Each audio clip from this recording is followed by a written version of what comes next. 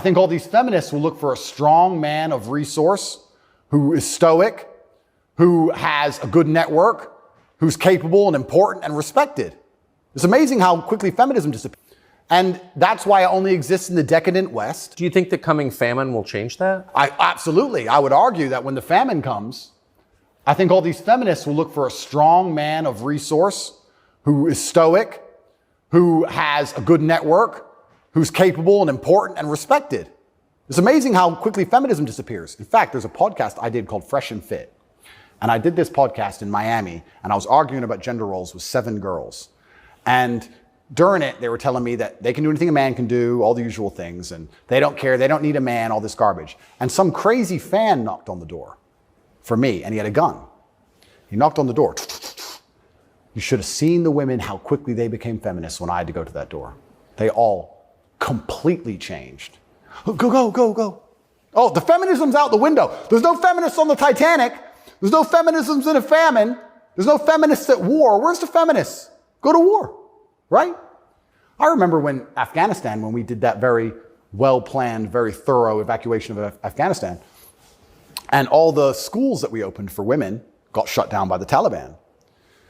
And I was having this conversation with someone, and I was saying, okay, well, you're an Afghan man, right? You've been hired by the Afghan Defense Force, and America's now left, and you have a meager wage, and America's left, and the Taliban are coming, and you're standing outside of the school with your AK, and they're coming with whatever they've got. And you're looking at the school going, do I really want girls to go to school that bad? Not really. Just put it down, you walk off.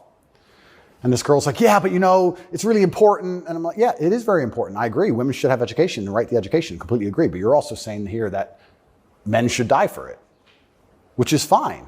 I'm not saying that that shouldn't be the case, but I'm saying that you should give men the respect they deserve for dying for your education. Because it's not the women who are going to defend that female school, it's the men.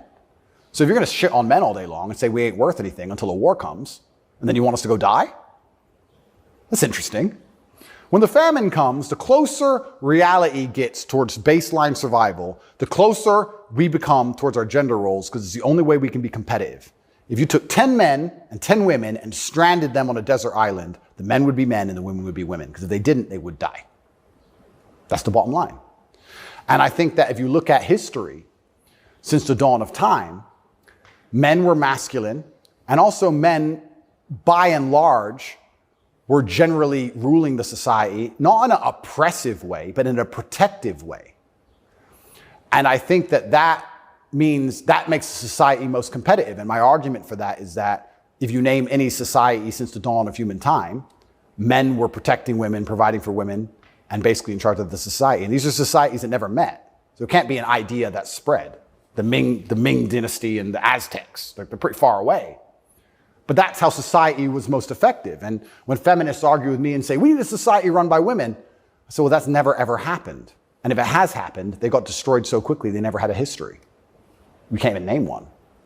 So it's a brand new idea, which I'm not saying is a bad idea. I'm saying if it's a brand new idea, you can't tell me it's going to be better because it's never been tried, ever. So we're going to see. But what happens if it doesn't work with the most powerful nation on earth? Right? So we're feminizing men and women have more and more control and more power, which is fantastic. I'm saying this is untested. Who knows where any of this is leading? And our competitors, America's competitors, are still very firm in their gender roles. So it's certainly an interesting period of history we're about to enter. It's very interesting.